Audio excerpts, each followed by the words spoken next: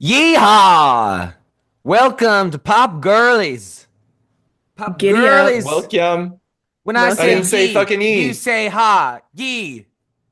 I didn't Ha. say Ah. fucking yee. You did. Oh, I did. Well, Ooh. well, we had it. Well, we Well, had we it. had it. So, welcome everyone, Pop Girlies listeners, young and old, from far and wide, for the Drew Birthday Eleganza Extravaganza. We are Yes. celebrating the 25th birth year of Drew Fork, our Woo. chivalrous, beautiful Katie Cat, Yes. and also Yes. celebrating the remaining mortality of Katy Perry. She's still alive. Correct. She survived. She I returned. didn't know that they were gonna be in space for like that short. I knew it See, was gonna be that's short, but it was like all too well 10-minute version was long is longer than how long right. they were in space. I think they were in space for like 4 minutes. It's kind of crazy how like much they just like so were in space. I feel like That that's would all you be need, cool though. though. Also, I'm so obsessed with, did you guys watch that video of like that like promo video they had of like all the interviews and like Mm-hmm. somebody was like, this is about like women just like knowing that they can like do whatever they want. And then like this isn't about us, this is about Earth. It's like, um, what? So this Like cost Earth $100,000 billion to send you guys into space for 4 minutes. for no like research. for no For no, yeah. reason. And like there's no reason that you need to be in space. And it's And the also really most funny because, of course, people are blaming this on Katy Perry. I Like, know people she's are like, probably the last wow. person to get asked, and they're like, "It's all your fault." And it's Katy Perry's fault that they sent these women into space for no purpose at all. It's literally Katy's fault. It's like, okay, people, come on. It's oh like my it's God. obviously a symbolic trip to space. Like, stop. Well, and then I'm also obsessed with like the Kardashians being there and then like Oprah fake crying when the like rocket was launched. That was incredible. It just all of it was so bizarre and So like bizarre. It really is like strange. for what reason? But There's no reason. those There was ladies no went to reason. space. There was no reason at all. No And like reason. Jeff Bezos' girlfriend going just because she's Jeff Bezos' girlfriend. Well, yeah, she definitely got first invite. Oh, she did. She was first She was chair. probably why it happened, to be honest. She probably Yeah, because wanted she to probably was go. just like, I just want to go to space, Jeff. Jeff, let's go. Jeff. I Jeff, wanna go to also space? I love the video of them being in space and Katie holding up the butterfly, and you can't make out any words So on it. good. It's so blurry, and she thinks she's eating so hard, and then she just like lets it fly. And it's like, we didn't see that at all. I don't know why she just didn't hold it closer to the camera. Like, what was the Oh, reason why I she don't think didn't? we could have ever, like, I don't think the cameras would have been good enough in any reason to read that small of print. It was tiny print. Like, I get the whole butterfly thing, but like maybe a bigger one. I don't know. Yeah. But also, they were speaking. Like, you could hear people talk in that video. So, like, just say some of it, maybe. Here's the set Say list all for my 30 tour. songs on the It's also tour. that whole thing is so funny too because everybody else is like, guys, look at the moon. The moon's amazing. And then Katie's just closest to the camera, making faces, showing her butterfly. And she has Her that like face flower. card was serving though. Was that a daisy that she had with her? Like that Yeah, little she had a thing? daisy, and then she came out with the daisy too. It was cracking me up.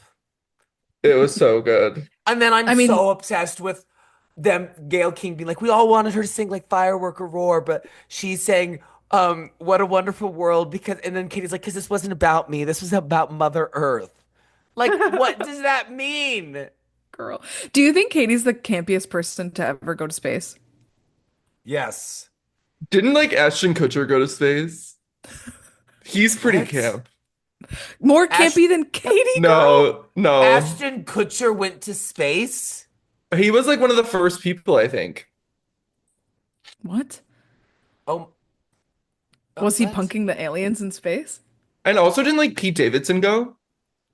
What? Wait, no. Ashton Kutcher was supposed to, and then he didn't because Mila Kunis made him not. Wow. I don't think Pete Davidson went to space. I know he was in talks to go. I feel like if he went to space, he would never let us forget it. He was originally he was supposed to do it, but then he didn't.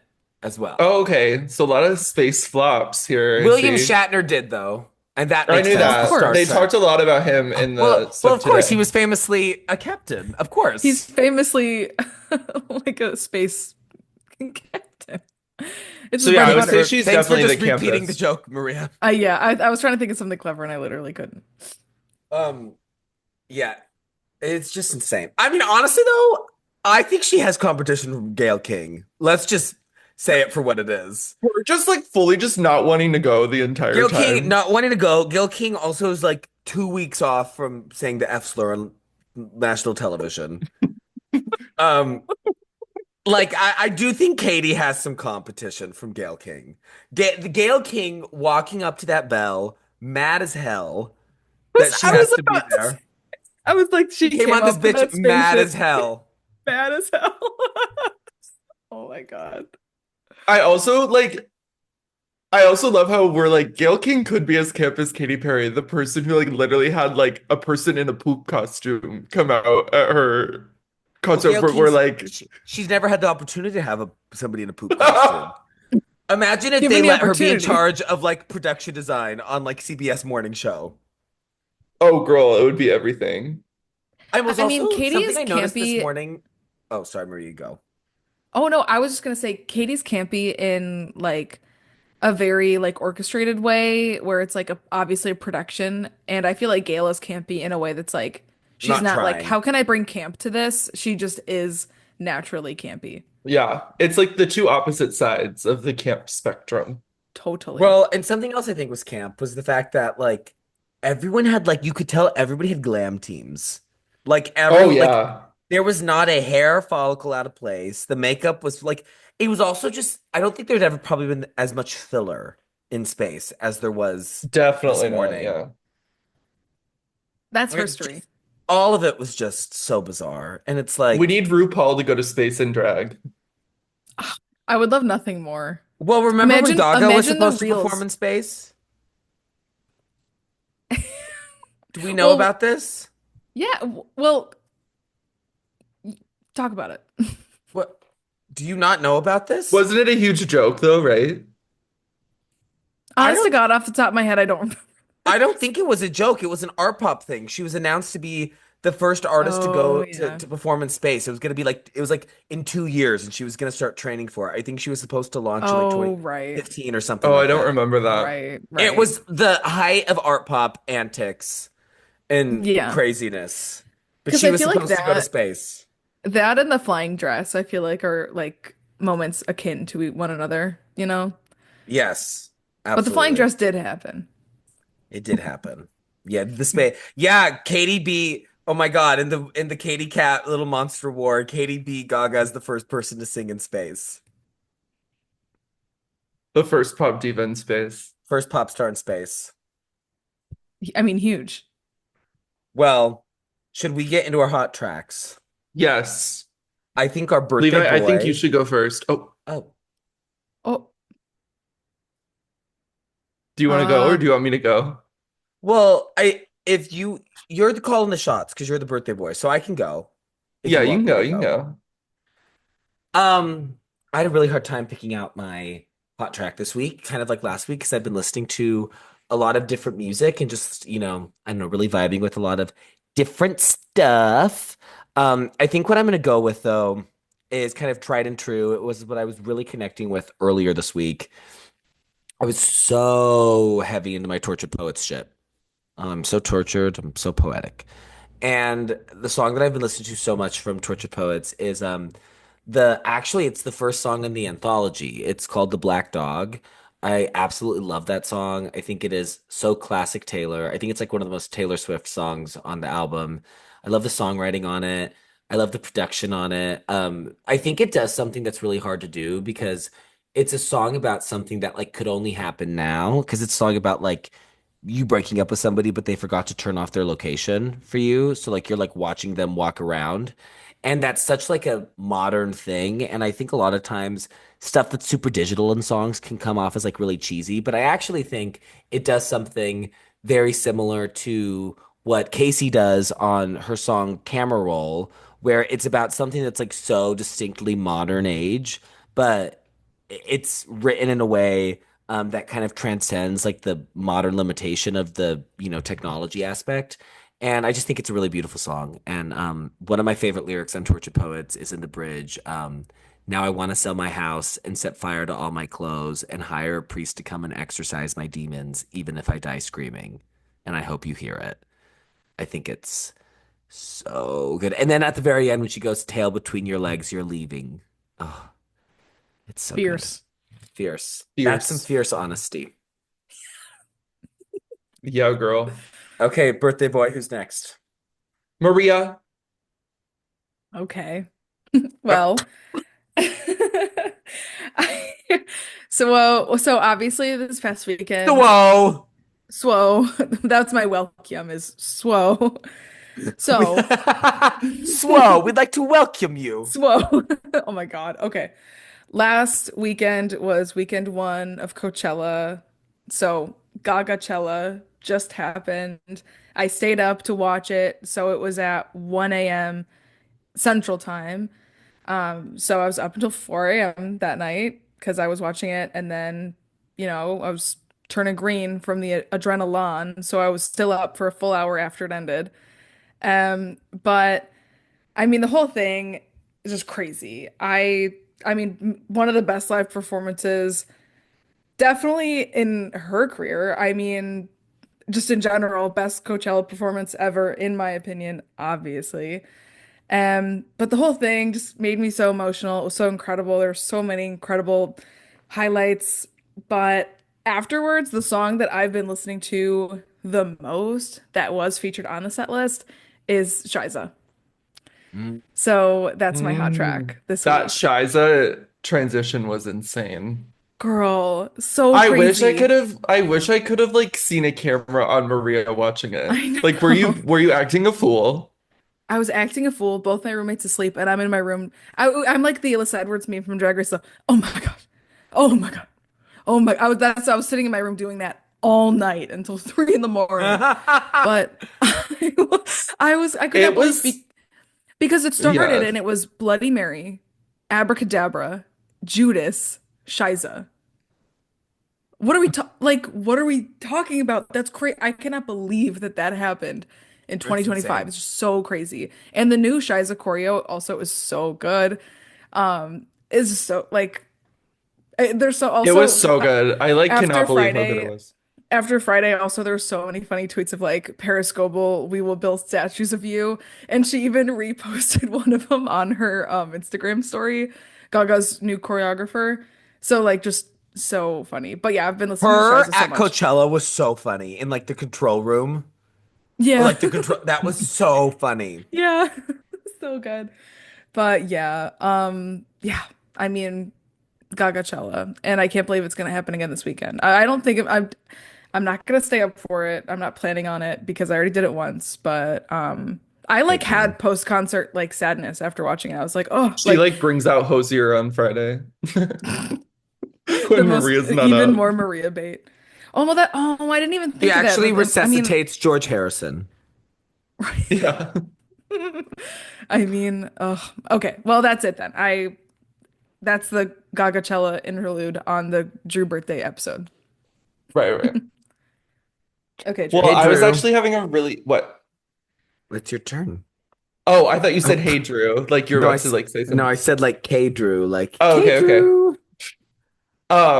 So I was choosing between two songs, and I wanted to hear what both of you were gonna say because one of the songs I was gonna do was a Katie song, and I knew Maria was gonna do a song from Gagachella, so I am gonna go with the Katie song because then we all Wait, are and doing then it's all our girls. three. Yeah. Yay! So, after the whole space thing, I was like, oh, I'll just do ET um for my hot track. So I'm gonna go with that. But specifically the Love. version on the album without Kanye. Well, duh. Well, Um, yes. that bridge The is Kanye everything. version sucks. I'm gonna It's like so bad. It's so it's so bad. bad. I don't give a shit about him in that song. Mm-mm. She also like, I think you could go out on a limb and say like that is the best song she performed live. That she does Every always tour, serve that every song. tour she does ET so good. So And it's on the set list. Thank So thank God. God. How do you know? So did somebody like zoom in? Someone someone got it, but I'm like kind of wondering if they're wrong. Why? Because you Because want Joaquin on air to be on they it? put artificial on it, and I do not I'm think artificial is going to be on it. I mean, I hate to tell you, Queen, but I do think that is something she would do because I think she thinks she eats. Well, no, she said that there's not going to be a lot of 143 songs on it. But the songs that Maybe she it's one did of her say from it faves. was the songs that she did say that she confirmed were going to be on the set list from 143 are on that list. So, but Artificial was the only one that she did not talk about that was on there. So I'm really hoping that maybe that thing was wrong. I will die if artificial. That's actually the encore It's the opener. and the encore. It's a bookend situation, God. And it's intermission. and it's actually just every song. Thank God we have Katie's take on AI. Thank Thank God we God. have Katie's take on Thank AI. God. We know where she I stands. wasn't gonna know how to feel unless Katie told me how to feel about AI. Yeah. Period. Well, Drew, Okay, should we get into where are we the best going? album of all time? Um, okay, so I'm gonna get into it. The album this week is Golden Hour by Kacey Musgraves. Um, woo woo woo. Whoop. It was released on March 30th of 2018, her third studio album. It is 13 tracks. It's 45 minutes and it's a country album, but it's definitely like a new kind of genre switch for her in the country kind of sphere. It features a lot of disco and psychedelic influence in a lot of the songs. It was produced by Kacey Musgraves, Daniel Tashian, and Ian Fitchick, who her main two collaborators. But then it also features songwriting credits from Natalie Hemby, Luke Laird, and Shane McAnally. Um, yeah, so a small group of people. Um, it was written and recorded throughout 2017. Obviously, it's a love album. The huge inspiration is her marriage to her ex-husband, country singer Rustin Kelly. Um, and I wanted to read this blurb that she said in an interview, um, because she famously was kind of like not a person who wanted to get married. Like she very publicly talked about how like marriage was something that she was not interested in pursuing just because of the like commitment that she had of it. But I thought this quote was really great about the inspiration of the album. So when talking about the album before it came out, she said, I have a lot more love songs this time around, and I've never been one to write a love song and really actually feel it. That probably sounds like the most depressing thing ever, but I'm coming off getting married and being in this golden hour of my personal life where all of these things are finally coming to fruition. I found myself inspired to write about this person and all these things he brought out in me that weren't there before. So yeah, love her. It was recorded in Nashville and also famously she talks a lot about recording some of the songs in Sheryl Crow's barn at her house, which is really cool. Um, so with the kind of influence of her marriage, there are also a lot of like a lot of attention was brought to the fact that she was very honest about um, using drugs for inspiration and like taking LSD.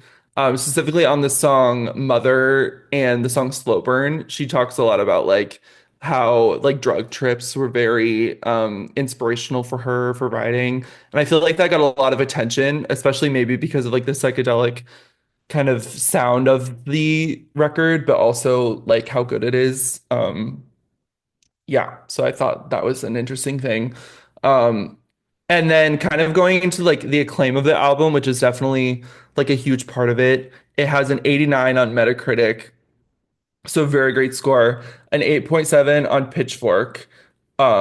And so it won 4 Grammys out of the 4 nominations that it got. So it got Album of the Year, Country Album, Country Solo for Butterflies, Country Song for Space Cowboy. But then it also won like every country album prize that like was possible at like the ACM Awards and the CMA Awards, which really cool because she was kind of outspoken about not really being a fan of these kind of country music associations and award shows and things like that.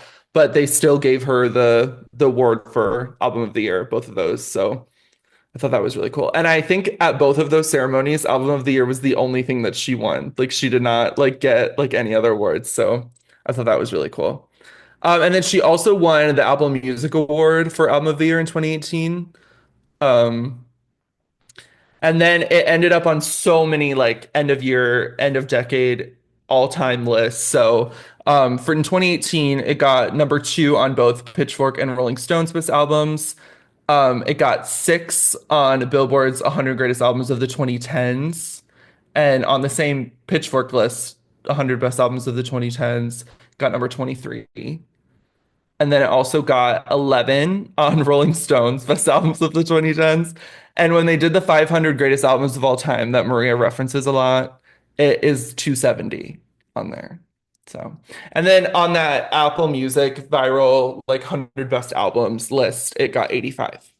So, yeah, huge critical acclaim and just like widespread love for it by like awards and things like that. Obviously very deserved.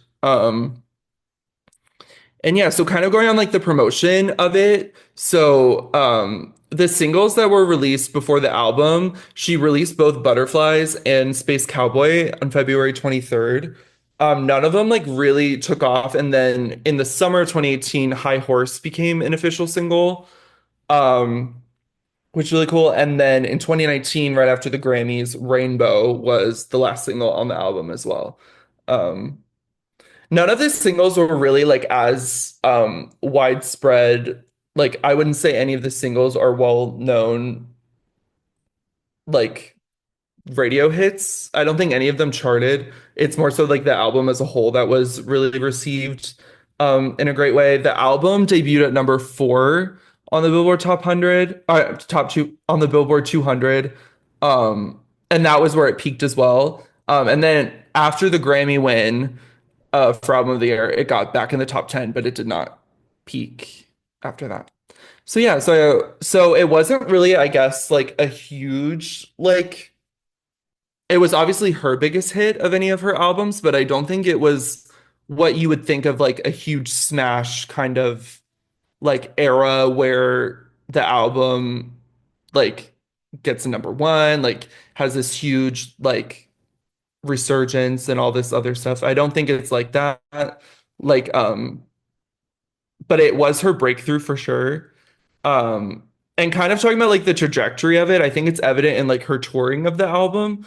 So she actually started not touring a headline tour for the album. She actually opened for Harry Styles's arena tour in 2018 in the summer. Um, and then she did two installments of the Oh What a World tour. So the first leg of it was in kind of like smaller venues, like theaters and things like that. But then after the Grammy win, it kind of changed the trajectory and it got more widespread like listens and like things like that. So she actually went back on tour the summer of 2019 and ended the tour at Bridgestone Arena in Nashville. So it was her first arena show, but she actually still has the highest attendance for that arena. 18,373 people were there. So yeah, and I actually got that was the show that I went to. It was so amazing. Um, but yeah, so it's kind of interesting because I feel like this is like obviously her breakthrough album, but it's kind of weird when I was doing more research in like the kind of the numbers on how it did and like things like that. It's not really like if you saw it on paper, it's not really something that someone would probably say is like a huge hit of like all time, but it's just like the word of mouth with it, I think, and like the just how good it was, the quality of it just kind of sets it over the top and like is makes it one of the most like acclaimed albums. So yeah, I found that really interesting in researching it. I mean, probably because I love it so much, it seems like a huge kind of like commercial hit to me, but yeah, No, I can guess I it's say not. something, Drew? Yeah, yeah. Because I've always thought that this is to me such a cool album of the year win because there really was no narrative at play. There was no like extra kind of cultural impact. There was no huge gigantic hit single. There was no crazy commercial success. There was no like overdue factor. I mean, Casey had success with the Grammys before. She wasn't like due to Grammy, owe to Grammy. It's not Yeah. like a Beyonce situation where she had this very acclaimed album, but also had been robbed so many times, or it wasn't like a Taylor situation where like you have such like extreme commercial and cultural dominance. It's nothing like that. I think it is so cool because this album objectively won just because of its quality. There is no other reason why this album should have won because you can look at the other nominees and the other nominees, there are bigger albums in that group. If you wanted to go with like, the most successful album, you probably could have gone with something like, I don't know, Invasion of Privacy by Cardi B or the Post Malone record. The Black Panther soundtrack was in there, so you could have given Kendrick Lamar an overdue album of the year win, even though he probably shouldn't win his album of the year for the Black Panther soundtrack. There's just a lot of other things they could have done Yeah. that would have maybe been more narrative focused, maybe been more in line with how they usually vote. And I think this is one of those really cool, rare moments where the right person wins solely because they should. And as somebody who loves award shows, who lives, eats, breathes them, that does not happen the like majority of Like the time. ever. And even if it's somebody that you do want to win, even if they do win, there's normally like other things that accompany it. It's like, oh, like there's other factors at play. But really looking at this, it's just because the record's amazing. There's really nothing else that was in her favor. And I just think it's so cool. And it's so cool that she blew up again just because the album's The amazing. album was Like good. Yeah. that's the No, reason. yeah, Because like I was trying to like look at like because in my mind there was more of a resurgence like after the Grammys, but I looked and like there really, I mean, there was a little bit that you would get. well, let's say I mean it is significant because I don't even know if it was charting the week before the Grammys. Yeah, no, it definitely wasn't. And like then going to number nine is still big. Yeah, And like I mean it also afforded her a level of like household name that I don't really think she had yeah, before. I think it introduced her because the other thing that I think we have to talk about is country music is a hard genre to break into the mainstream. I mean, now we live in a kind of an age where country is like super successful, but that definitely wasn't the case in the late 2010s. I mean, the most successful genres dominating the charts were rap and trap and kind of that type of a vibe. I mean, yeah, pop music was not in a great place at the end of the 2010s. And especially like country music, people didn't know who Casey Musgraves was. And it's not like she was right. beloved by country people because she was ostracized. She was a pariah because of how liberal she is. So it's like Yeah, she has this community that she has now, and she's able to do arena tours and have bigger budgets and have moments because this album is so good and spoke to people. And I think it is really, really hard to do that. I mean, even I was trying to think of a comparison, and I thought of Brat, and obviously we know that I love Brat. I think everybody in this podcast loves Brat. And again, Brat is something that was huge because it's so good and it's incredible, but it also had that like perfectly orchestrated marketing campaign that well, like and they she just had that kind of narrative nailed. that you were talking about. And she had a little bit of an underdog narrative. Yes, she did. And then they had thought through everything because Golden Hour doesn't have that. Golden Hour doesn't have like viral marketing moments. It doesn't have like a very memeable album cover. There's not things that like, you didn't have Kamala is Golden Hour. Like something like that didn't Yeah, happen. And so again, I think that's like a kind of a good comparison, but it's still a little bit different because this is just solely based on the music's fucking good and really connected with people. And I think yeah, I can't imagine somebody listening to this and not at least liking it. yeah, Like, I don't know what kind of horrid person you have to be to like listen to Golden Hour and be like, Kia chop ho flop. Unless Maria's about to say that it's a zero. So then yeah. I guess we'll get there. But But you yeah, know what I that's Remains really mean? to all be I heard. want. I mean, it's hard to like talk about how good it is with like just the facts and like the lists, but I'm excited because I knew this one would be something that we like more so discuss rather than like give facts, but Give I facts, hope, give a story. yeah. Yeah, is Well, there anything that, because I know Levi loves this record so much too. Is there anything that I like was no, I missing? think, I think you I nailed was it. I was trying to get it good for, the best No, album because I of all think time. because again, it's what we were just talking about this. Like, it doesn't really have a narrative surrounding it. Like, Mm-mm. there's not like lore. I really feel like that you need to like Yeah. go into depth on. I mean, you talked Well, about the also, I Brugs. guess You like, talked about Cheryl Crow's barn. You talked about Rustin. What else do you have to talk about? There's well, nothing I was gonna else. say too, like it's very her first two albums kind of were in the same similar kind of sound, Yeah, kind of I like mean the classic they're country a lot that classic she came country, up in. and I think tonally they're different. Like I think those Yeah. are a bit sharper, like more tongue in cheek, and this feels a bit more like overtly emotional, I would say, than those Yeah. first two. Isn't that is do Yeah. you think that's fair? Yeah, I agree. Yeah. This one But also just has such a through line in concept, yeah, it does. than the It's first two. the first two because she's such like an observational writer, I feel like in the first two, and she's like writing about the life that she's like that's happening around her and the towns that she's Yeah. growing up in. And this album, all that is faced inward. And I think Right. that kind of is responsible for that through line that you're talking about. Yeah. Because it's all about her. You know, she's not writing about her small town. She's not writing about societal things. She's not writing about patterns that she's seeing in life. She's writing about what's happening in her own life and Yeah. her romantic, kind of blossoming that she had. Yeah.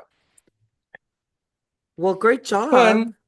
Yay. Yay, golden hour. Yay. Yay, Drew. Yay, birthday. Yay, Okay. everything. So I kind of have an idea of what Levi's gonna say. Um, So do you want to get it out of the way or do you want to go to Maria? I'll have Maria go. Okay. Whoa. Okay. Chapo. No, I'm kidding. Can you imagine? Can you imagine? After I say like what kind of horrid person would hate this album? Yeah. Oh my God. If And then you it's wait, but okay. if any of our listeners hate it, please don't retaliate by giving us bad scores and disliking things. Please don't dislike our videos on YouTube. I know we said like please like say what you feel, but if you what you feel is negative, just maybe don't say it I or don't want to hear it. dislike. Okay, can we I talk about it mean, real quick? we have to talk about it. Maria looked which one of you hoes disliked the Dance Fever video where I talk about being hospital? Like I guess someone doesn't think it's fierce when we get emotional on the pod, I You guess know, even not. though when we do get emotional, it's fierce. So I I just cannot don't get believe it. the idea of listening to that episode and being like, fuck Levi. I support his mental illness. It's so funny. so insane. I When really like the person probably didn't even get there and was probably like, oh, like These what one of our annoying hot ass tracks people. was. Yeah. Yeah. Be like, fuck Heim. But no, little did you know that you're a bad motherfucking person. Yeah. Imagine having laps that just like not even getting to Levi pouring his heart out. And then being, well, I wonder if that would have changed.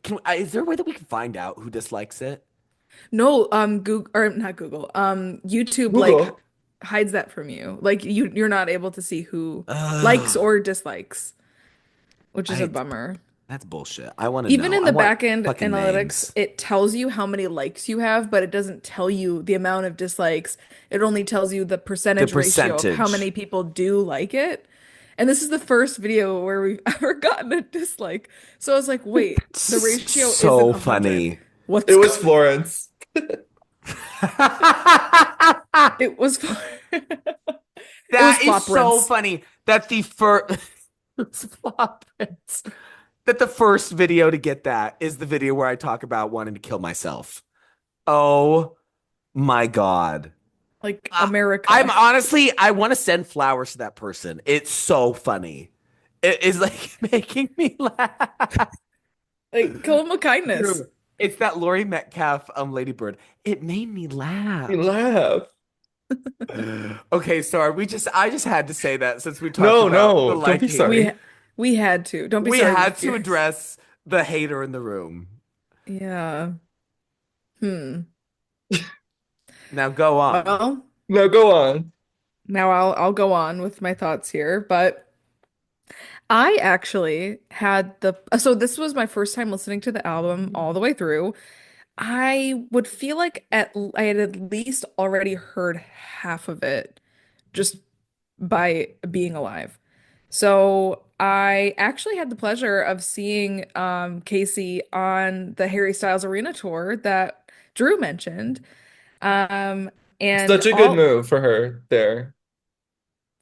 what do you mean to be an Like I feel like opener? that was like such a great like I feel like someone of her kind of stature like in such a different lane than Harry Styles would have been like no I don't want to do that if like Harry Styles called Oh her. yeah. Like her really like taking the opportunity to do that. I feel like that also helped gain her like a great fan base.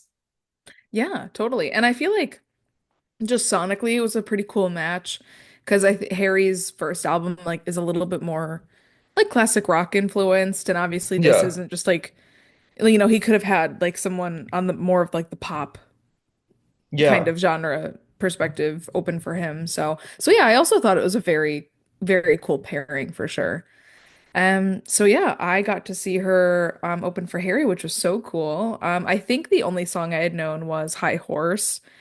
And for that tour, and I imagine she did it for her own tour, but she had a saddle come down from the ceiling as instead of like a disco ball, which I'm sure that she did that for like everything. But I was like, this is so tea because I was going through because I took a couple videos when I was at that concert in 2018, so I went back and watched them. I was like, oh yeah, oh my gosh. So yeah, loved being able to see her. Um, but yeah, first time listening to this album all the way through. I mean, I've always known that this has been one of Drew's ultimate favorites. But I had really just never listened to it myself, like intentionally.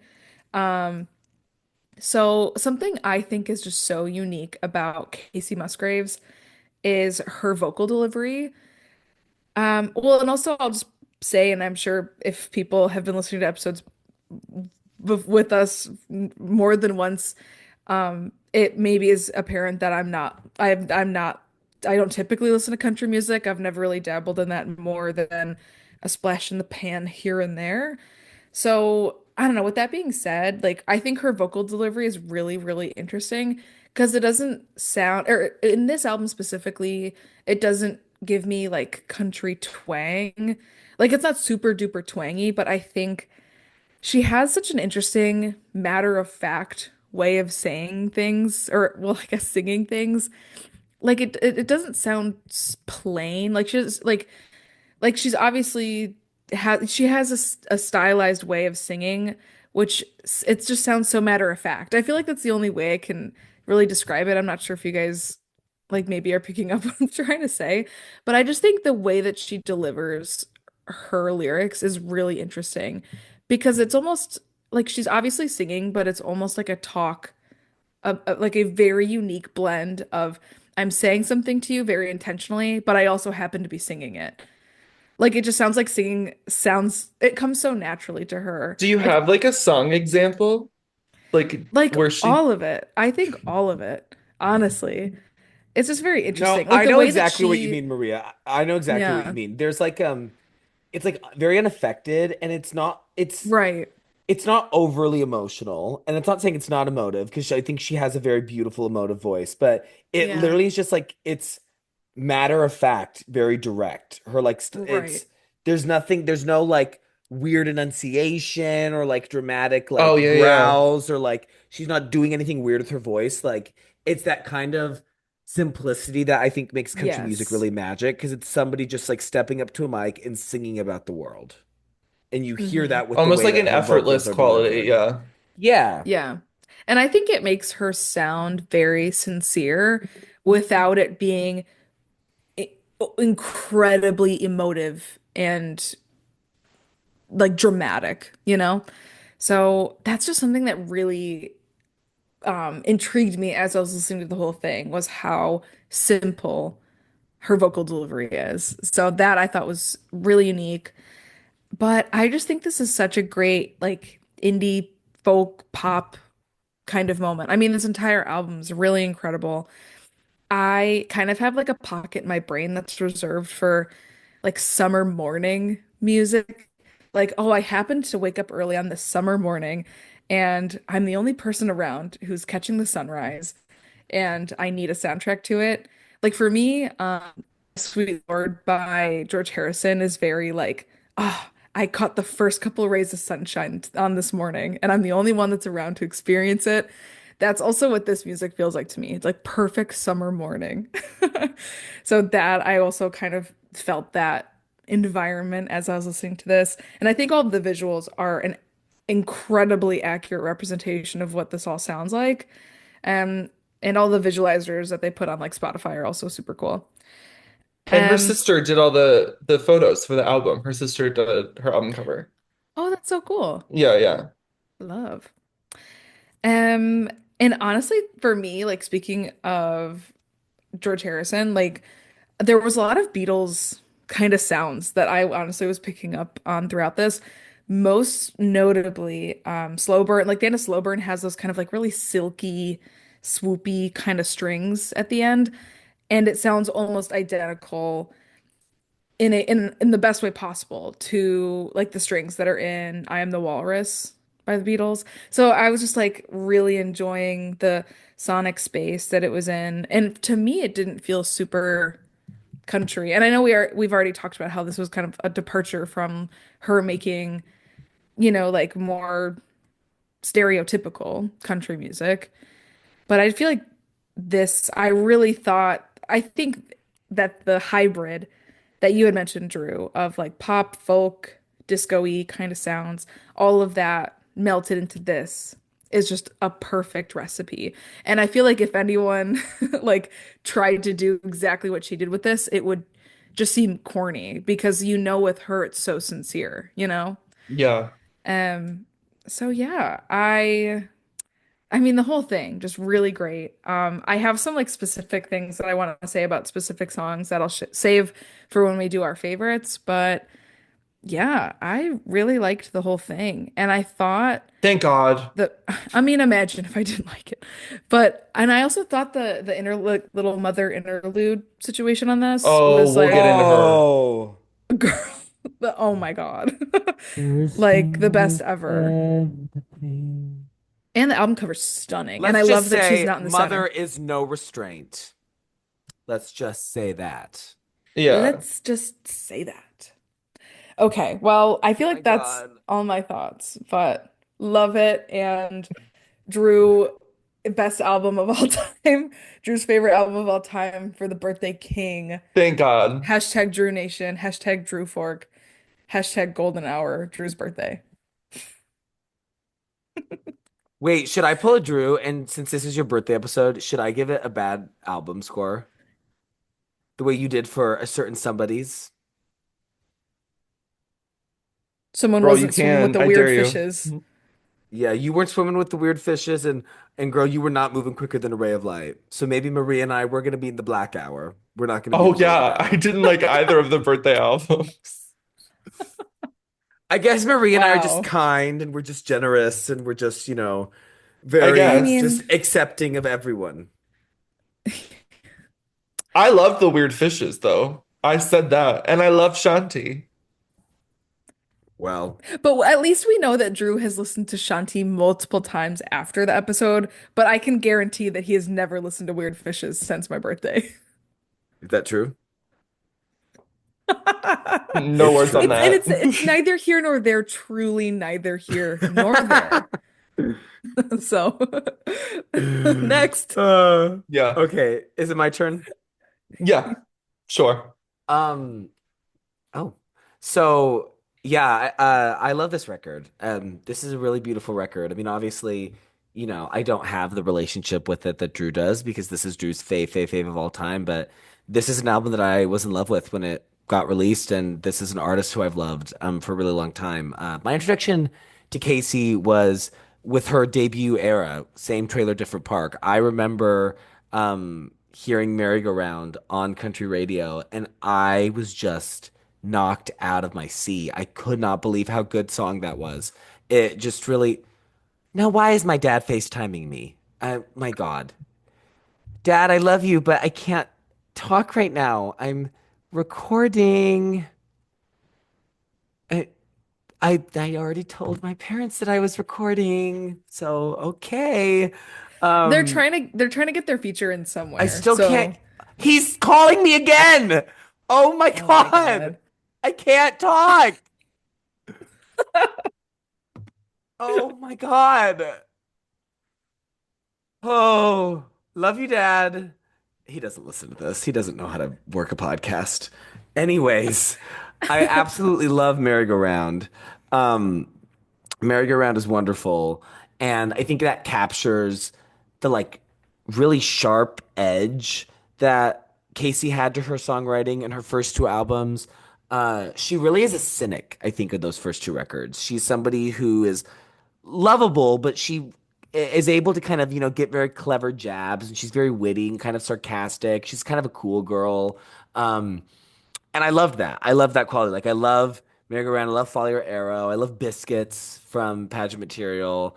And so I was super excited about this record, especially given kind of the narrative around it that this was like a shift for her, both thematically and sonically. And I listened to it right when it came out and I was in love with it. I mean, it was like head over heels right away. And as kind of the world caught up with it, that like love and appreciation for it has just grown. And listening to it this week after not listening to it for a while was just so special because it is just one of those like lightning in a bottle moments of the right people were in the right room, Sheryl Crow's barn, doing the right drugs, writing the right songs at the right time. And it's just one of those albums that like feels timeless, yet it always feels fresh. I feel like I got new things from it this past week listening that I hadn't gotten before. Like I noticed songs hit me in ways that they hadn't before. I noticed little like production flourishes. There were lyrics that really stuck out to me that had never stuck out to me before. There were vocal moments that really hit me that hadn't before. So just all of that. And I think that speaks to how well this album holds out. I mean, it really has this beautiful sense of longevity and it's a really rich document. I think the first note that I have that I want to talk about is I think this is one of those records that is a perfect marriage of music, like a title and concept, and visuals. I can't think of this album having any other cover than what it has. It's the perfect album cover. I can't think of it having any other title than what it has. Like, it is such, even obviously there's a title track, but like, even without that, the title Golden Hour is so perfect to describe like a period of like romantic fulfillment and enlightenment, but just B, what this album sounds like and how it makes you feel. Like it really does to me sound like a sunset. And I can see all the different colors. There's those like golds and yellows, and then there's all the pinks, and then there's reds, and then there's oranges, and it's vibrant yet it's also soft, and it's really warm. I mean, there's such a warmth to this record. I also wanted to say that I think this is, the Enlightenment album is something that a lot of like pop stars or musicians kind of do, and sometimes it can go really well. I mean, talking about birthday albums, Ray of Light to me is like the example of like a perfect like Enlightenment album. But I also think that that's a very fine line, and I think sometimes albums where like people are trying to get deep about life and like trying to like be enlightened can come off very cheesy. Just the same as I think albums that are like super happy can come off very, very cheesy. And I think what sets this record apart is I was thinking about it. To me, this album is one of those rare bodies of work that feels truly wise. It's not just mature. I think there is a wisdom to this album, and I think you can hear that in the opening of Slow Burn. I mean, that song is just so philosophical about its approach, her approach to life, and the way that she views the world, and the way that she views herself. Like Old Soul, is it Old Soul waiting my turn? Yeah. I know a Know a few few things, things, but I but I still still got a got a lot to lot to learn. learn. I mean, and also we talk about something on this podcast a lot of like great opening lyrics to albums. I mean, this is all Yeah. timer. Born in a hurry, always late, haven't been early since '88. Like, Texas is hot. I can be cold. Grandma cried when I pierced my nose. What the God was with her in That that was Sheryl almost Crow the barn that closer. day, which is insane because it just doesn't work as a closer. It had to Yeah. be the opener. It had to be the opener to make it work. Yeah. Um, and so I think that like even though this album is very joyous and very warm and very romantic, there's such a sense of depth to it, and there's such a richness to it, and it's philosophical, it's wise, it's mature, and I also think it's because there is still like sadness on it. I mean, there's still, I think, a sense of, I think of a song like Mother. Mother has that kind of like acknowledgement that time is passing and that like people are getting older and like things aren't the same as they used to be. And like the idea that like, I think we have such empathy for our parents as we grow older and like we realize, I think that our parents aren't like some kind of like perfect gods who we hold to an impossible standard, but that they're like people who struggle through life. And like the idea, I mean, my grandma's not with us anymore. And I'm, oh my God, I'm gonna get choked up thinking about it. But the idea that like I could be like at home, like missing my mom, and like she's somewhere like missing her mom, but like her mom isn't even It's like around completely anymore. devastating.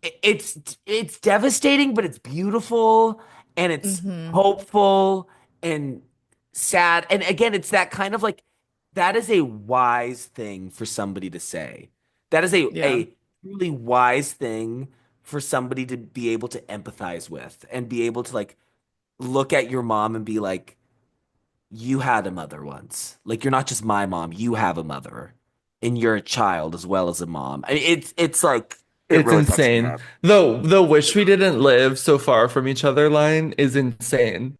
I'm just sitting Yeah. here thinking about time that's slipping Mhm. and missing. I think It something it like so really fucks me up. I'm not even gonna lie, guys. yeah.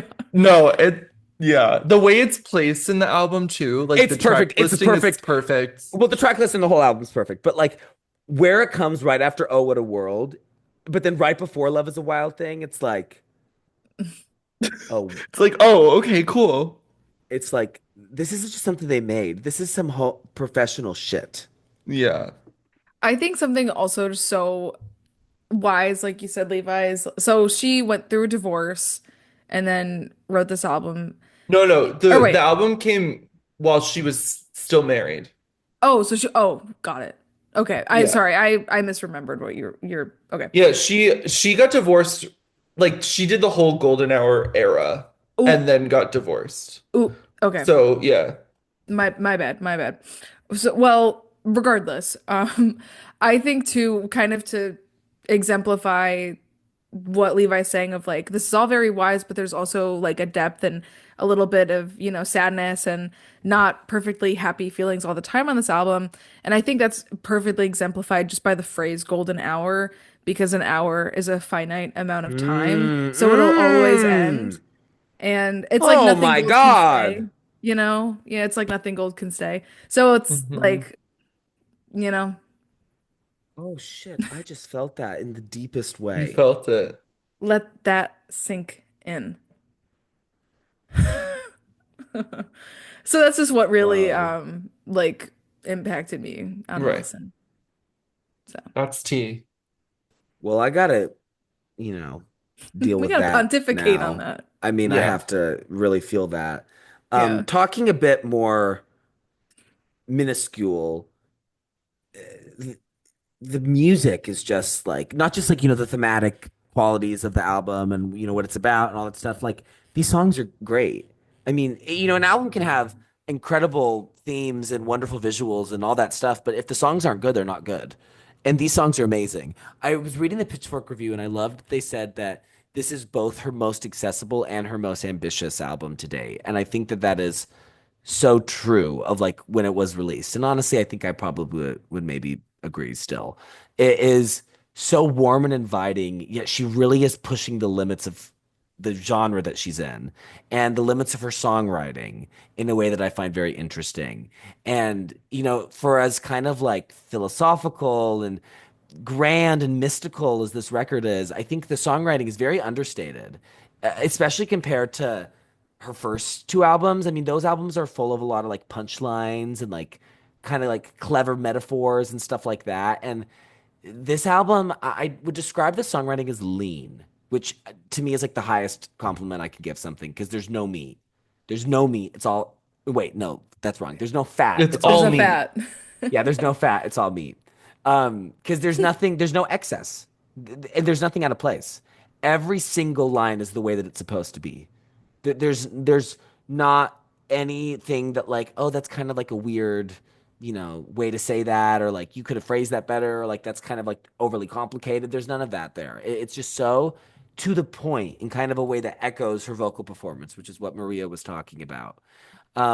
It's just a really beautiful record. It really, really is. And obviously it's very sad that she couldn't stay in that golden hour in her life. And you know, what's the lyric on Star-Crossed Drew that like references golden hour?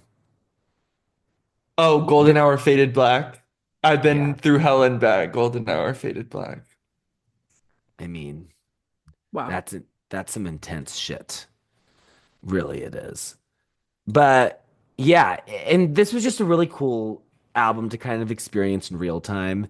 This like feeling of seeing somebody getting recognition just because they deserve it is just cool. It's always cool to see somebody win who like should be winning. And I also want to say it's kind of rare because we were talking about how like that never really happens with award shows, but I would argue that it happened twice this year because she won this Grammy, which was so deserved. And like a month later, Olivia Colman had that like crazy surprise Best Actress Oh win, yeah, yeah, yeah. which was another thing that like kind of shouldn't have happened and wasn't supposed to happen and like was not based on narrative or anything. The movie didn't win anything else, but like she just had the performance that people loved the most. And it was enough to overpower bigger names and bigger narratives and everything. I mean, literally, she was up against the person who's like the biggest narrative of all time that they have been nominated for 8 Oscars and never won, and have like the most losses ever. And And Olivia Gaga. Colman was like, and And then there's the and then there's the Gaga. Well, yeah, because exactly there's that, and then there's like the Star is Born Yalitza Aparicio, and then there's Melissa McCarthy, the comedian doing drama, and like Olivia Colman's just this like British character actress who is just decided to deliver one of the greatest performances of all time. And so it was cool. I have very fond memories of like early 2019 because of that, because I remember like this sense of like, okay, like kind of like the right people are winning just because they should be winning. And like that's really cool and that doesn't always happen. So that's what I have to say about this. I'm so happy that we finally got to talk about Casey, who I love very much. And Yay. obviously, I love this record in part because it always makes me think of Drew Fork. Oh, yes. And I will say one of my favorite things I've ever given as a gift. It was at Christmas that I gave this to you, Drew, the vinyl that I had like glittered. Do you remember? so that was not golden hour. That was lover. Oh, that was Lover. Oh, whatever. You're, but yes, that was a beautiful gift. It That was was a beautiful gift. Would you? Not. Oh, that was a beautiful gift. that I was it was like noticing. it was the lover, Yes, it the was. Yes, it was. lover. I don't know why I changed it in my mind that it was Golden Hour. That is so funny. Oh my God. Well, your face was like blank, and I was like, "Why don't you remember this Oh gift?" girl, no, It was so we good. still got it, girl. But Oh my no, but it's God, that is so lover. funny. Maybe I should get you that for your birthday. Maybe I should Well, get you I the Golden honestly think the Hour. lover cover works better for Yeah, it that does because it's craft because there's the it's like an pink all ombre. around. Yeah, yeah, Yeah. yeah. Oh But my God, anyway. that's so embarrassing. I'm gonna kill myself. That crap. The Dance Fever disliker is gonna be so happy. Levi's downfall. Yeah, Levi's down. They've been praying on my. I have ops. Oh my God. Okay, birthday boy. So yeah, so my thoughts on this, obviously best album of all time. Um, Right. but Obviously. right, right. Well, yes. So I Well, actually, yes. That was so for I my kind of mom. have a really interesting relationship with Casey. Um, so my parents, like when I was growing up, they were really into country music, but specifically they really liked like the kind of Texas red dirt country music. And that was actually the genre that she came up in before she got her like record label deal and things like that. So she did a song with a band that they listen to all the time called Josh Abbott Band. It's a song called Oh Tonight, and she's just featured in the song. But I remember when that song would come on because they would always listen to Pandora. That was when like Pandora was really big in like 2010. And that song would always come on in Pandora, and I was like, who is that singing? Like she has like the most beautiful voice. And it ended up being Miss Kacey Musgraves. And then so once Merry Go Round came out, I was like super, super invested in like her own music because at that time she didn't have like other music out. So um, yeah, so I completely fell in love with her first album. I listened to it so much when it first came out. And I listened to all of her other music going into Golden Hour. But actually, like when Golden Hour came out, I didn't listen to it when it first debuted. It just kind of was because it was so kind of the era, it wasn't really like streaming yet when Golden Hour came out. Was it like was streaming I, like a I mean, thing? it was, yeah, but like it wasn't what it is now. Like, were we still buying things on iTunes at that time? I feel like we were, right? I mean, I was, but I also was late to the streaming party. Oh, I mean, I would say that this is the streaming era. Yeah, it's 2018. I okay. would say that it's the Oh Well, streaming yeah. era. I remember buying the album on iTunes because I I didn't listen to it when it first came out, but I saw her performance on SNL, which she did like a couple months after the album came out, and she performed Slow Burn and High Horse. And I remember watching it, I was like, why has the Casey Musgraves album came out and I have not listened to it? But I remember she like and something that I didn't talk about was she had like a very distinct kind of like look in the first two albums that she had. And this album, she kind of like, I remember she like dyed her hair. Like she presented very differently in her like looks and things like that for Golden Hour. And so I was just like, oh, she's like definitely like done a huge kind of like transformation here. Like I need to like give this album a try. And then I watched her on SNL and I was like, oh, like the music is like very different. I need to listen to it. And I remember the night that I watched her on SNL, I also streamed the album for the first time and I bought it on iTunes.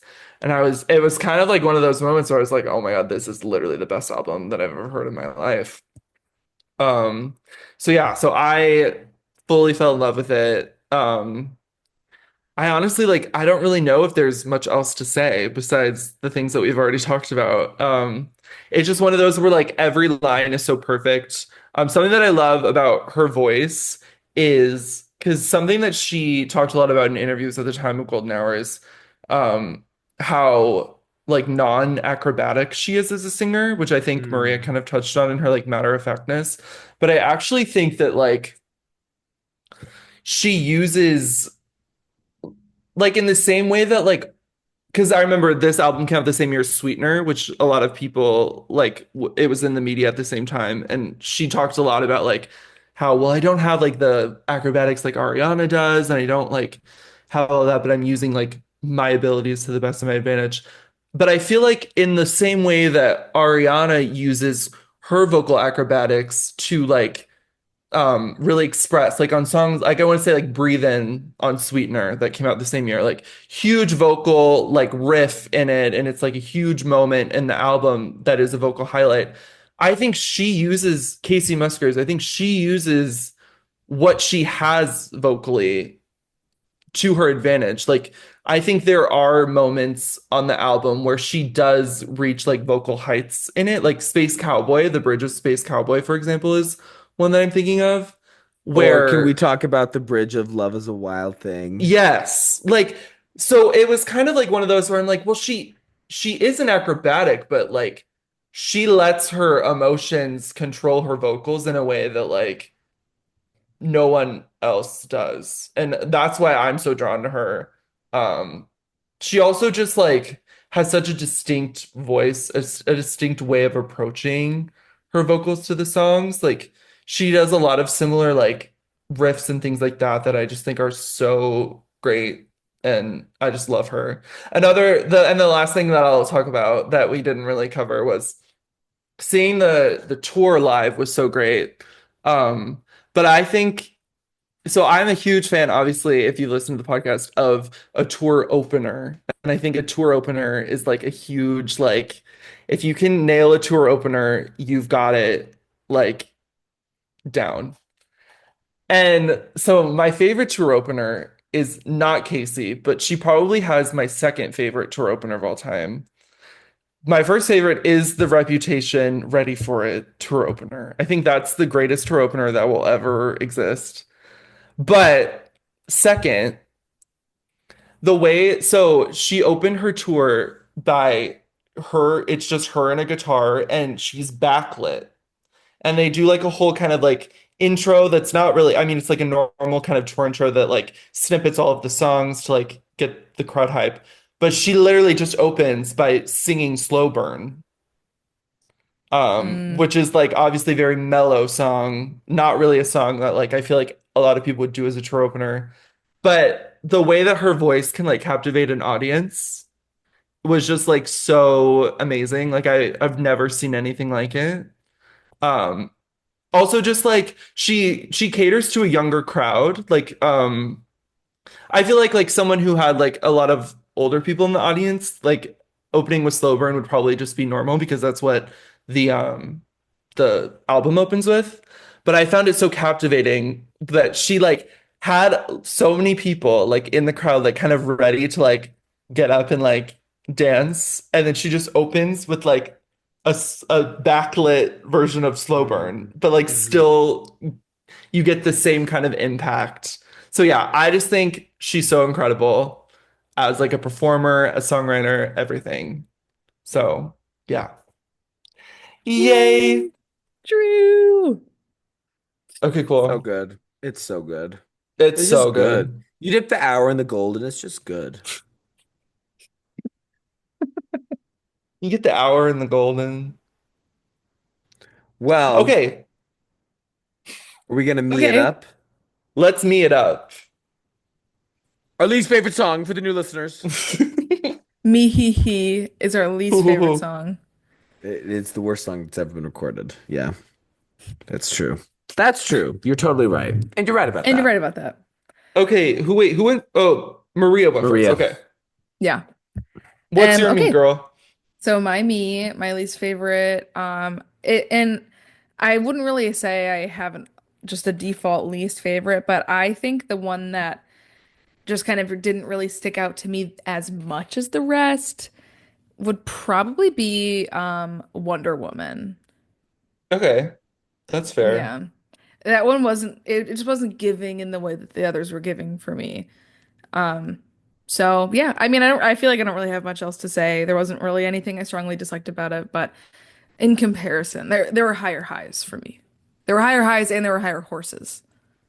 So, Mm. That one is also toward the bottom for me. It's obviously so great, but I think yeah. what kind of makes it like not the bottom is that fucking bridge. The you don't know how to fly, Mm, and neither do I.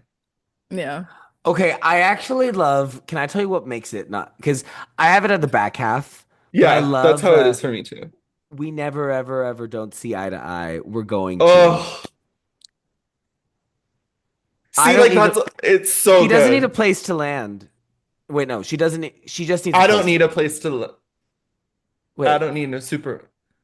I All I just need's a need. place to Oh, land. I don't need no Superman. man, Hmm. to win my lovin'. I Oh, love that that song's song. so It's crazy. The good. song's so good. It's like in the bottom half of the album, like kind Yeah. of objectively. Yeah. Well, Well, my me is very similar to Maria. It's like not bad at all. It just is the one that it's always been like this. It always is connected to me the least. I just don't think it's as high as the other ones, and it's Lonely Weekend. I knew that was gonna be your me. I How? knew it. I don't know. I for some reason I knew it. I Oh my don't God, you're know. so good at knowing things. Oh, I I just knew love it. Lonely Weekend. I do too. Girl, a great little moment, but I just don't think it doesn't It's compare to the other cute. girls.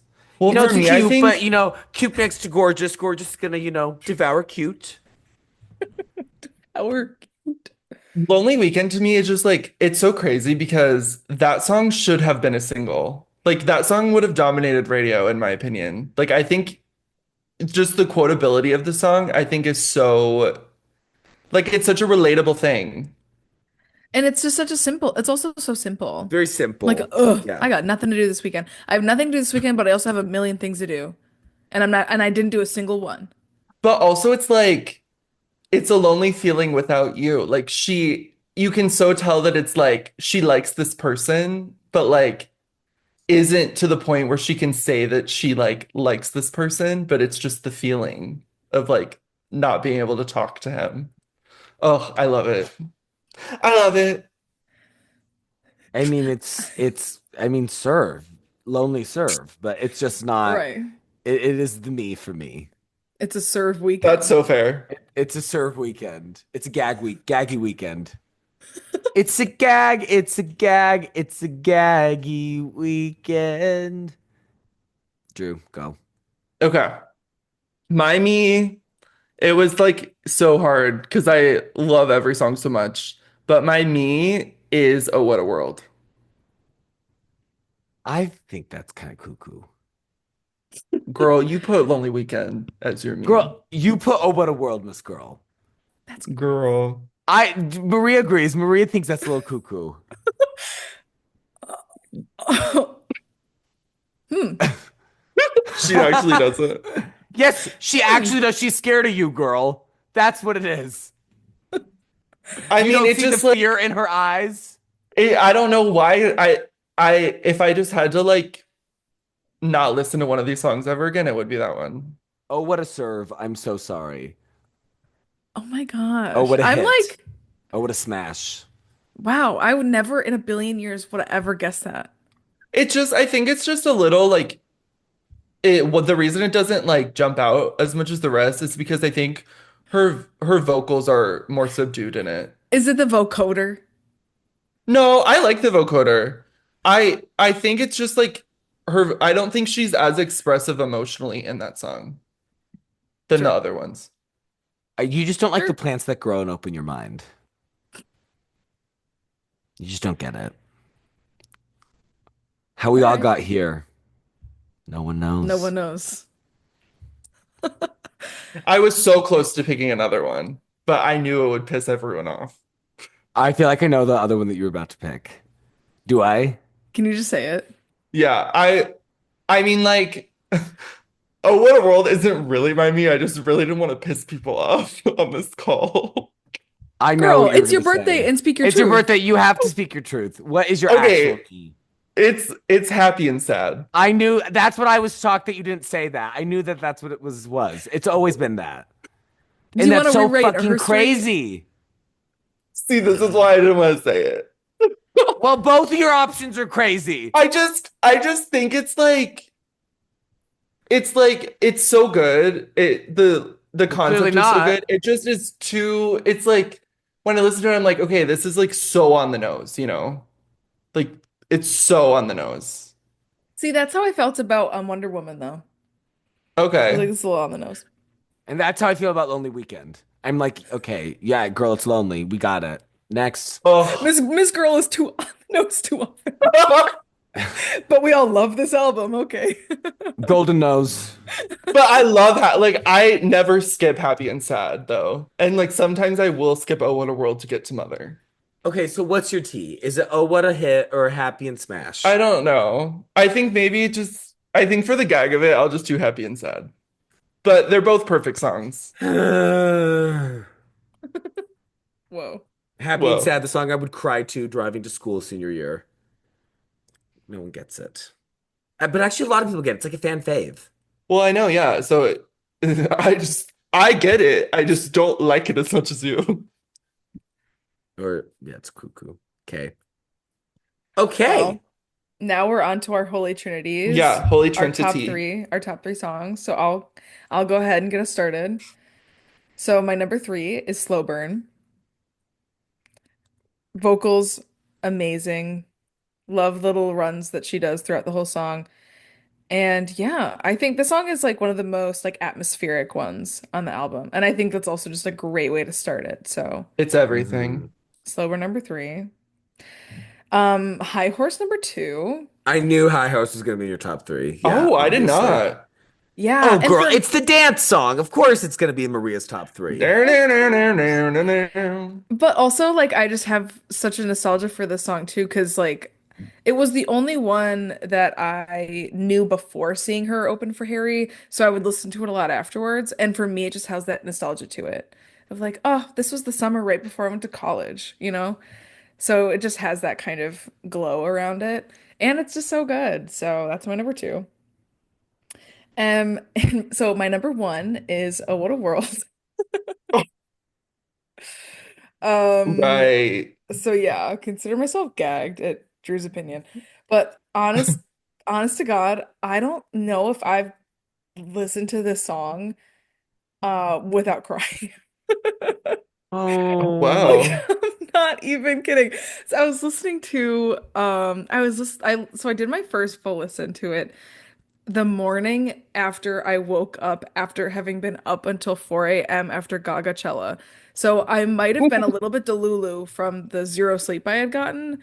Well, also, Um like you famously, after new Gaga content comes out, you famously talk about how happy you are to be alive. Like after Disease came out, like right the episode before the election, you were like, to be alive. I'm just so happy to exist in this world in this moment. Yeah, So like, that's so true. That's so on brand for me. Like anytime Gaga does anything, I'm like, I'm so grateful for this world and to be so like honestly, yeah, that's so real. so oh, But what a world turned you out after it it Gagachella. turned me out bad. But honestly though, like I mean, I was yeah, a little bit delirious from getting 4 hours of sleep. But I also just though in general, like I mean, I feel like I would have had a pretty similar reaction if those things all hadn't happened the night before I listened to the song. But there's just such a beauty to this song about like the world, like the world is so, like we're all on the world. It's like hard to explain because I feel like the how simple it's put in the song is so eloquent profound. and beautiful and profound and Yeah. wise, like you said, Levi. So it's just like these are real things. Oh, what a word. Like I Maria, just do you saw want to actually know what part like really fucks me up with it?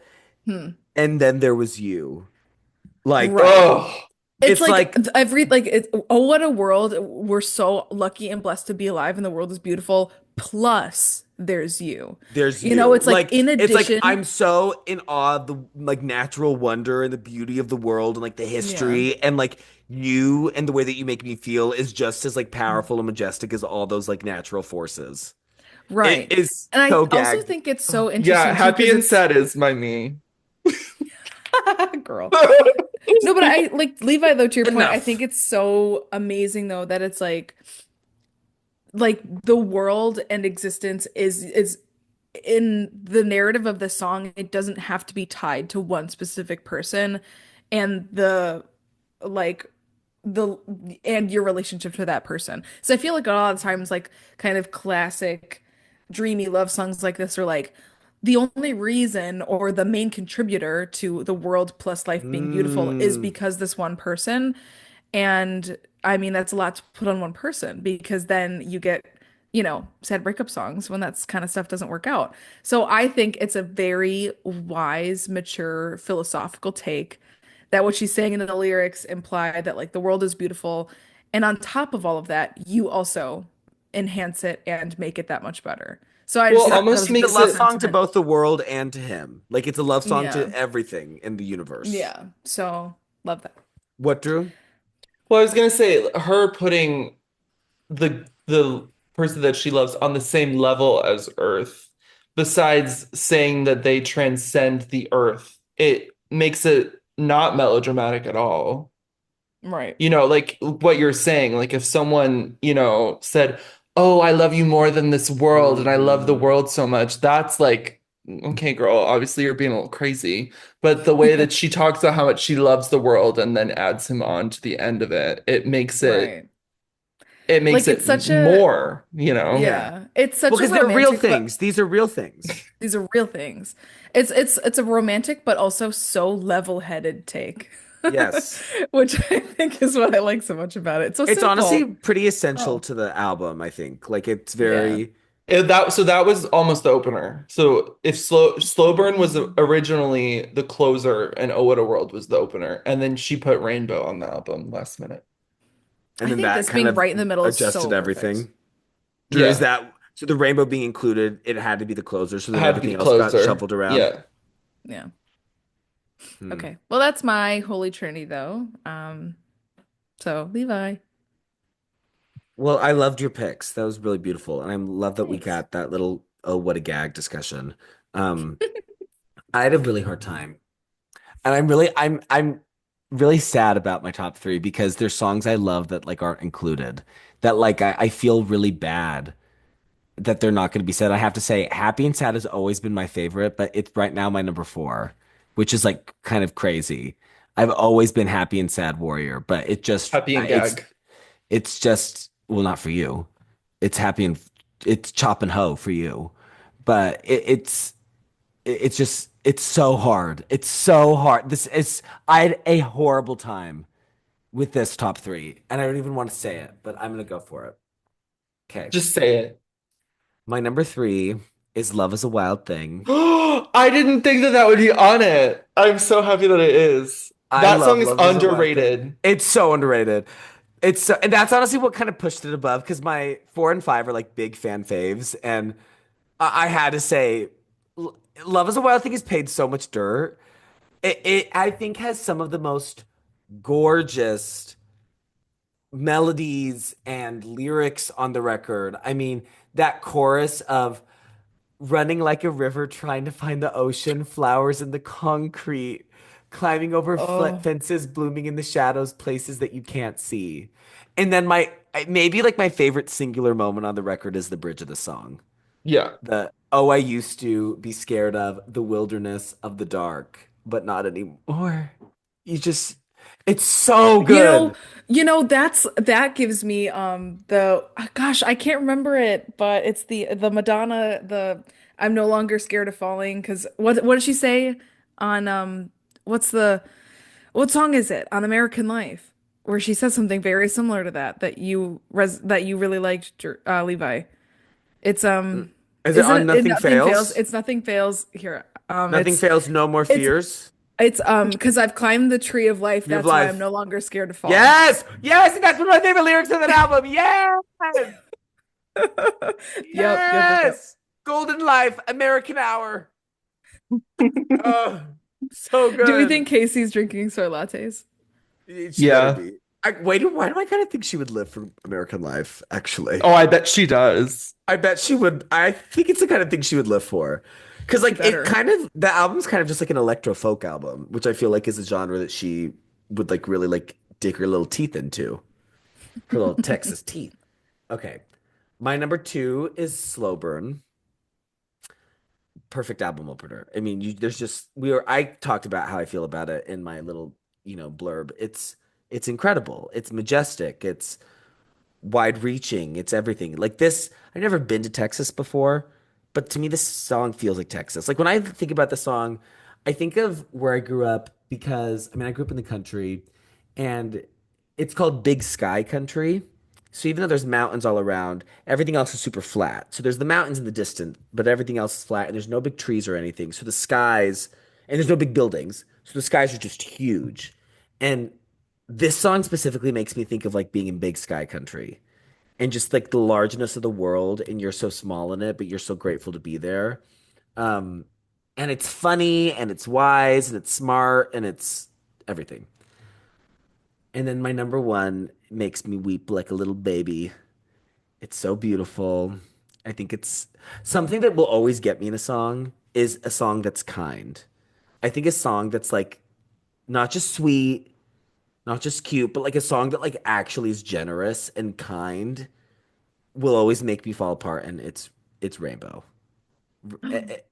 And it's also again, it's the if you nail the closing track, it always makes me go crazy. I feel like we just talked about this last week, but it she nails that. Nails.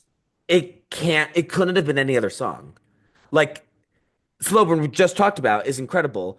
There could not have been the ending that this album needed. It needed Rainbow. It needed to end with her, very gently singing "It'll All Be All Right" as the piano just kind of beautifully fades. It's Oh, it's it's just so good. gorgeous. And It's the like other thing monumental.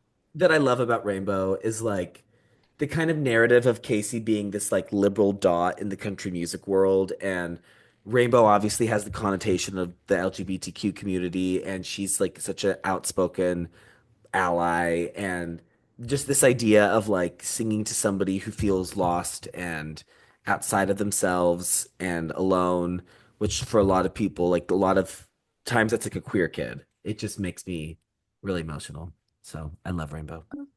So that's my top It's three. so good. Yay. It's Okay, Drew, everything. bring us home. Okay. My number three was the hardest for me. It was between like five songs. But my number three is Mother.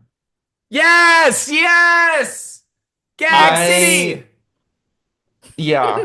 Gatsby. It's one of those things I've never heard that kind of concept portrayed in another way. Like I've never, it's like something that I haven't heard emoted in a song before. So Mhm. I have to choose that. And then my number two is the title track, Mhm. Golden Hour. Um, yeah, I think it's like the perfect love song. I think the one of my favorite parts on the album is the second verse. The I used to get sad and lonely when the sun went down. It's different now because I love the life that I found with you. Uh, She sounds so good in that part. Yeah. Well, and the bridge of it is like vocal all-time highlight for me. Um, yeah. So yeah, that's my number two. And then my number one is Slow Burn. Greatest song of all time. yes, it's in all of our top threes. And it's all at different Wow. places. Because it's one in Drew's and two in mine and three in Maria's. So there you go. Beautiful. Okay, utensil Okay. time. Okay, we're gonna Yes. review the album. I wonder what Drew's gonna give it. Yeah, I 10. wonder. I wonder out of 10, Drew's gonna give it. 10. Turn. Okay. Okay, I'm gonna go out of order because I think the real suspense is with Maria because I'm Well, also giving it. it Oh, okay, no, okay, okay. because I'm also gonna be giving it a 10, which I feel like was pretty obvious. And I'm really interested in what Maria's gonna give it. And I think she deserves to be the last person because she will make or break the average score. Leave a Leave a knife knife 10. when. Ah! That's so good. Leave a knife 10. Oh my God. You're so good at coming up with that little shit. You're so good at it. Okay, Um, Maria, you about to tank? Hold my hand no. tank. No, I'm not gonna, I don't think I'm gonna hold my hand tank, but I'm just thinking about it relative to some of my other like faves. And this album, obviously incredible. I'm gonna give it a 9.2. Okay, That's great. I mean, you're I'm also the getting harshest it. scorer. So I think that's okay. It has a 9.73 average score. So I think that puts it at the third highest ranked album that we've reviewed. Isn't you sexua the most highest? No, Blue is the highest. Oh, right, right, okay. Blue is 9.86. Eusexua is no, Eusexua is only 9.4. So Oh, okay, okay. the number one is Blue with 9.86. Folklore is number two with 9.76. And then Golden Hour is 9.73. Okay. And it's Wow. funny because with Folklore, the scores were me 10, Drew 10, and Maria 9.3. Oh, girl, you like folklore better. I mean, I would say so. 0.1%. Well, Yeah, Levi Nation Warrior. that feels accurate. T. Well, Golden Hour, I mean, that's kind of a really slay top three albums, the Pop Girlies. Blue, Folklore, and Golden Hour. I mean, that's kind of like, this is a place for legends. I mean, this is a I place for mean, Joni daughters. I'm waiting for the day something gets all tens. Well, okay, wait for July 4th. I don't know I about that. That's all the pop girly nation I mean, listeners need to that's know. in your power because me and Maria, we're doing our part. Yeah, you're waiting for the first time we give it a 10. You're You waiting are for literally it. in control of when it's gonna happen. Yeah, you So, have the power, babes. And the material is Well, there. the power today. well, Do you think that You're, I Golden guess Hour you're just not connects with waiting for it. Maria's not waiting for it with anticipation. No, you just said you were waiting for it. I never said I I was am, waiting for yeah. it. Yeah, but You we and your never M. claimed to be waiting for it. You I you know that's claimed what and that. that's what I said. Well, okay, you just made that up. You just made that up. God, You just made you're that up. somehow, Drew, you're the best person to say that to, too. Like, I love it specifically when I get to say that to you. Great. Well, happy birthday, Drew. Yay, thank you. You're so loved, and I'm so happy that we got to do this Happy album. birthday. Thank you for getting to I'm glad I got to discuss my favorite album with my besties for the resties. Woo, woo, woo. Okay, so now, Love next you so week, much, Drew. Happy birthday. uh, Yes. why did you say it like that? I almost forgot. I was like genuinely surprised. I forgot that we had to do that. Um, That we had to do so what? and now Talk? talk about what we're doing next week. Right, yeah, yeah. Yeah, your album that you picked. I know, that's why I was so surprised that I forgot. Oh. Okay. You just So made that up. I'm getting it. I don't get it. I don't get it. Okay, so next week we are talking about a classic Tumblr era album Hmm. that I'm excited to talk about because like she's not any one of ours like ultimate favorites or like a present favorite of any of us, but this album is just such a classic pop album that I thought it would just be really interesting for us to talk about it. So we're gonna do Electra Heart by Marina and the Diamonds from 2012, throwback to this classic pop album. So yeah, I don't know. I'm just really excited to talk about it. So yeah, So that's we what could we're all doing hate next. it in theory. What you said? Throwback to the classic, Classic. classic pop album. I mean, what else is there to say though? It's just classic campy pop. Welcome to the Um, life of. like it's just such a dramatic, Yeah, it is. goofy pop album. So I'm really excited to talk about it. Um, and I'll just be honest right now, going into talking about this next week, I haven't even heard every single track. And this is, I feel like, the first time that someone's picking an album they aren't like a complete expert in. So Yeah, I feel that's like that's true. also going to be like a unique perspective for us to talk about it because it's not like anyone's ultimate tea. Yeah. So yeah, that's what Okay, we're doing next week. excited for it. Yeah. Yay. Well, everybody wish Drew a happy birthday, or else you're gonna get executed, and then that's it. Your birthday gift to Drew has to be follow us on Instagram, like us on the YouTube, subscribe to the YouTube, send a like on every single video, leave a comment. And that's the very least you could do, to be honest. Sharing your story.